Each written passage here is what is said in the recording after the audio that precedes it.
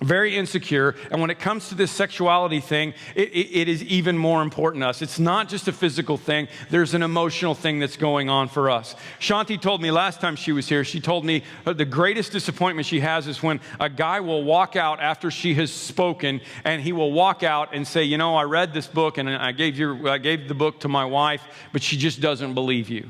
Listen, believe us. Men really do want for you to be happy with us in the bedroom. A men's health survey, again, not a Christian magazine, Men's Health magazine, reported that 99% of the guys that they surveyed said that their spouses, that their partner's satisfaction was extremely important to them. 73% of them said that their partner's enjoyment of sexuality was more important than their own.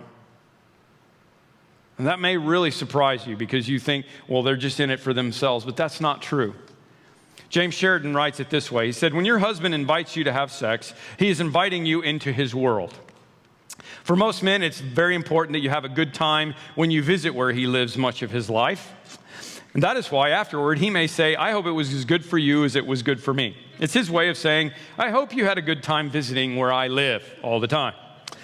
Talking to a group, he said, I picked out this woman. I said, suppose your husband comes home one evening with a dozen perfect long-stemmed red roses, and he comes to you with a soft voice and says, honey, I love you more than you can know. The first 3 shops I went to didn't have flowers as good as you. So I drove across town to a new shop I heard about, and I finally found these. I want you to have them. I love you so much. And he hands them to you, and he gives you a big hug. As I was describing the event, she got this faraway look in her eyes, and her face flushed lightly, Sheridan writes. I asked her how she would react. Still, she had this dreamy look in her eyes and said in a soft voice, he'd get lucky right then and there. She instantly realized what she'd said, straightened up in her chair, and quickly added, oh, I didn't mean that. However, her husband and everybody else in the group knew that she did. I asked the same woman her thoughts about the second setting. Okay, let's suppose your husband comes home with the same flowers from the same shop, but when he arrives home, he simply says, here are your darn flowers, and throws them on the kitchen counter and stomps off. The woman looked in disbelief. I'd throw them out, or I'd throw them at him. Well, why? They're the same flowers from the same shop. Her answer was direct. The flowers were the same, but the attitude was a slap in the face. He doesn't love me. It's duty, not love. Then I turned to her husband, who had been listening with interest. Let me give you a hypothetical situation, I said. Suppose you come home from work, and taped to the back door was a note in your wife's handwriting that says, darling, the kids are spending the night with my folks. Come in and see if you can find me. You go into the house, and there's a trail of clothes leading to the bedroom.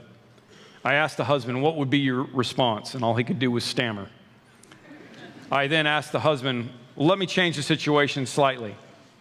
Suppose you're engaged in the act, and your wife says, honey, could you move your shoulder a little bit? I'd really like to finish reading this magazine article.